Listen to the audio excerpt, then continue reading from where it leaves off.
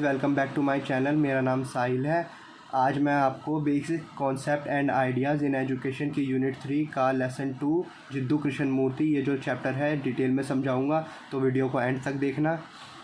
तो चलिए इस चैप्टर को स्टार्ट करते हैं। ये जिद्दू कृष्णमूर्ति के बारे में हम इसमें चैप्टर में पढ़ने वाले हैं, तो ये इनकी ब्रीफ बायोग्राफिकल डिटेल्स है। तो चलिए पढ़ते हैं आगे। नेम जिद्दू कृष्णमूर्ति, ये उनका नाम है। Birth Jiddu Krishnamurti was born on 11 May 1895 in Mandapalai, Tamil Nadu, modern day Chittor district in Andhra Pradesh, in a religious Brahmin।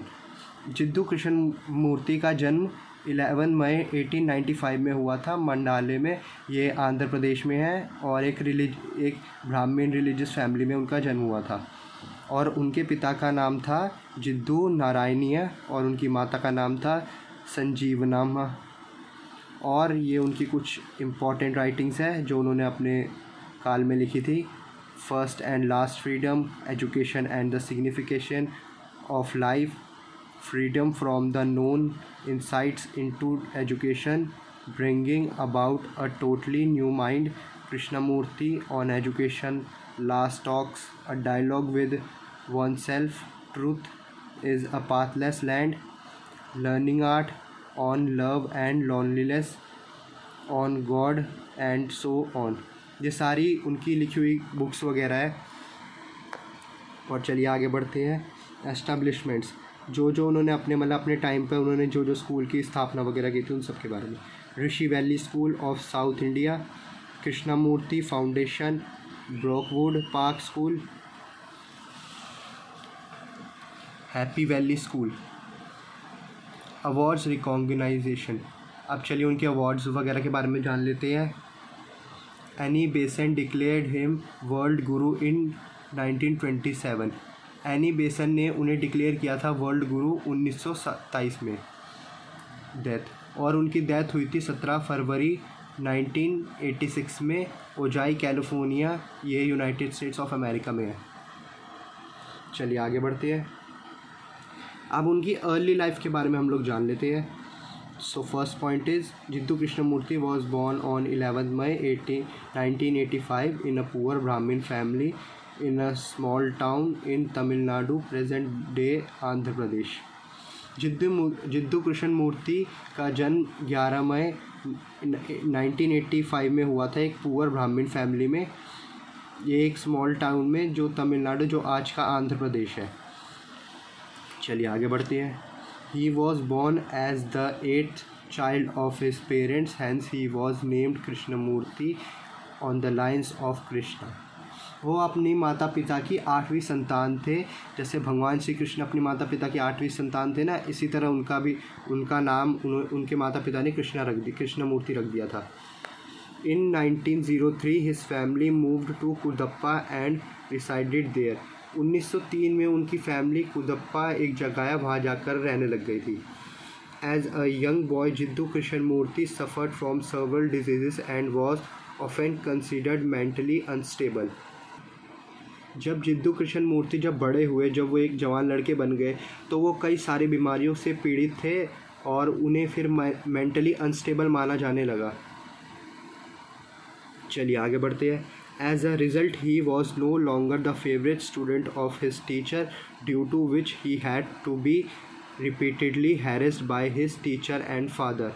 इसके चलते वो अपने टीचर के फेवरेट स्टूडेंट भी नहीं रहे, और इसी के ज़रिए उसके पिता और टीचर उन्हें मेंटली हैरेस करते थे, मतलब उन्हें काफ़ी परेशान करते थे।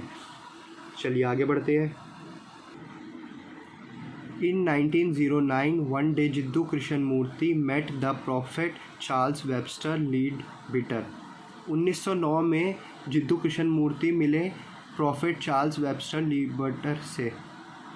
Charles Webster Leadbeater was astounded by Jiddu Krishnamurti prodigious talent and announced that one day this child would become a world teacher and guide the development of mankind।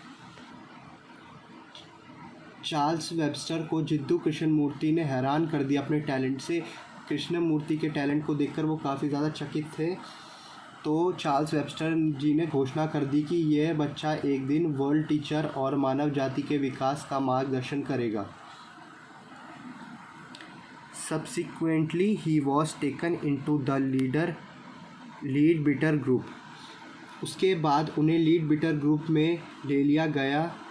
Thus began his education in the Theosophical Society and अध्यार which continued throughout his life।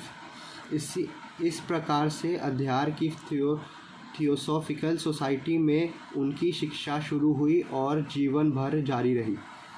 चलिए आगे बढ़ते हैं। अब हम उनकी educational philosophy के बारे में जानेंगे। He was one of the best thinker of the modern era।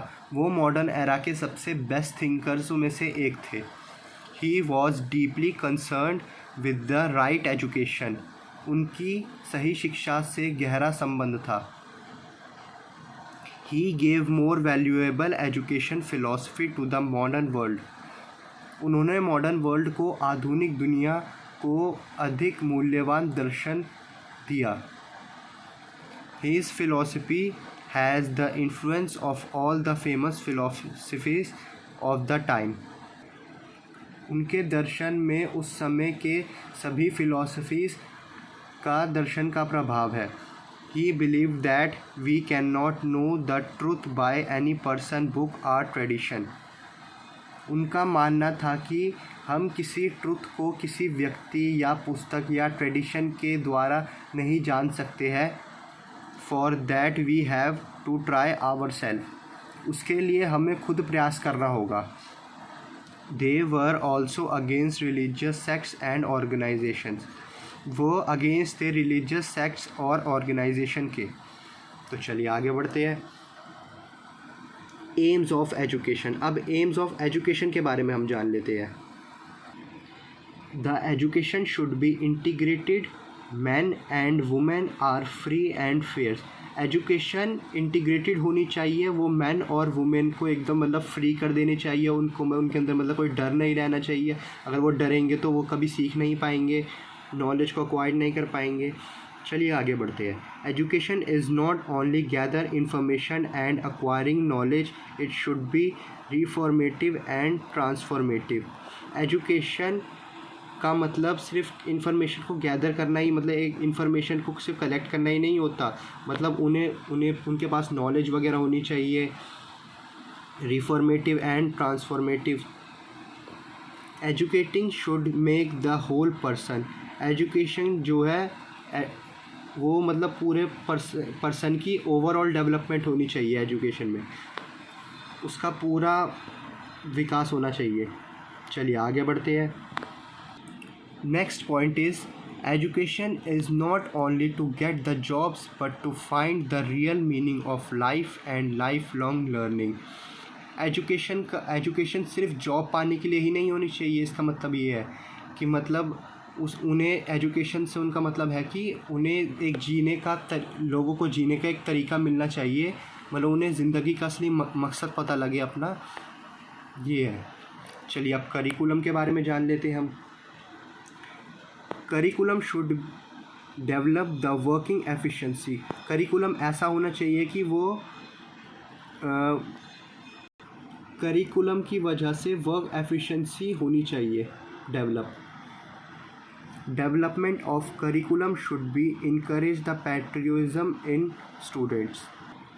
इसका मतलब है कि जब आप करिकुलम को डेवलप कर रहे हो तो उसमें आपको इन बातों का ध्यान रखना चाहिए कि करिकुलम ऐसा हो कि वो स्टूडेंट के अंदर पैट्रियोटिज्म की भावना को बढ़ाए, अपने देश के प्रति प्रेम वगैरह को बढ़ाए। करिकुलम ऐसा होना चाहिए। Curriculum should give the knowledge to find the solutions of problems. Curriculum help करे प्रॉब्लम्स की सॉल्यूशन को ढूंढने में, ऐसी नॉलेज दे हमें। ऐसा होना चाहिए curriculum. Curriculum should develop the self expression ability in the students. Curriculum should encourage national integrity and harmony in the students. Curriculum ऐसा होना चाहिए कि वो नेशनल इंटीग्रेटेड और हार्मनी को इनकरेज करे। It should raise curiosity in the students, वो students के अंदर उनकी क्यूरोसिटी को रेज़ करे, ऐसा होना चाहिए curriculum. Teacher should use interactive resources for methods while transacting curriculum. Teachers को यूज़ करना चाहिए इंटरैक्टिव रिसोर्सेज करिकुलम को बनाते हुए।